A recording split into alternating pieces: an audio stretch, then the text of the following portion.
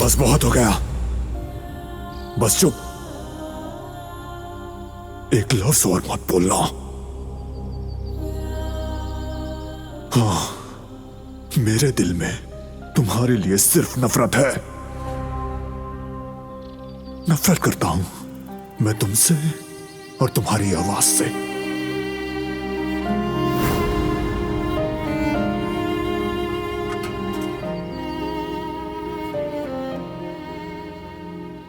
नफरत करता है वो मुझसे, मेरी आवाज से भी, और मैं हूं कि उसे दिल से चाहती हूं।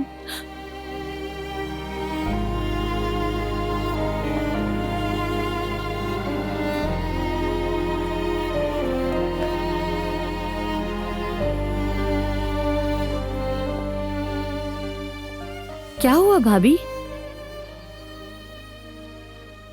ये क्या हाल बनाया हुआ है आपने? बारान,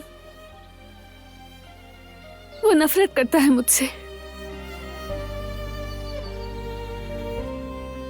समझ नहीं आ रहा। एक तरफ कहती हैं कि जाना चाहती हूँ, दूर होना चाहती हूँ, और आप कह रही हैं कि वो आपसे नफरत करते हैं। क्या इस बात का दुख है?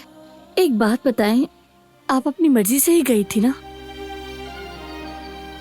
हाँ बिल्कुल, ऐसा ही हुआ था। लेकिन सब कुछ करने के बाद भी अगर बदले में नफरत मिले तो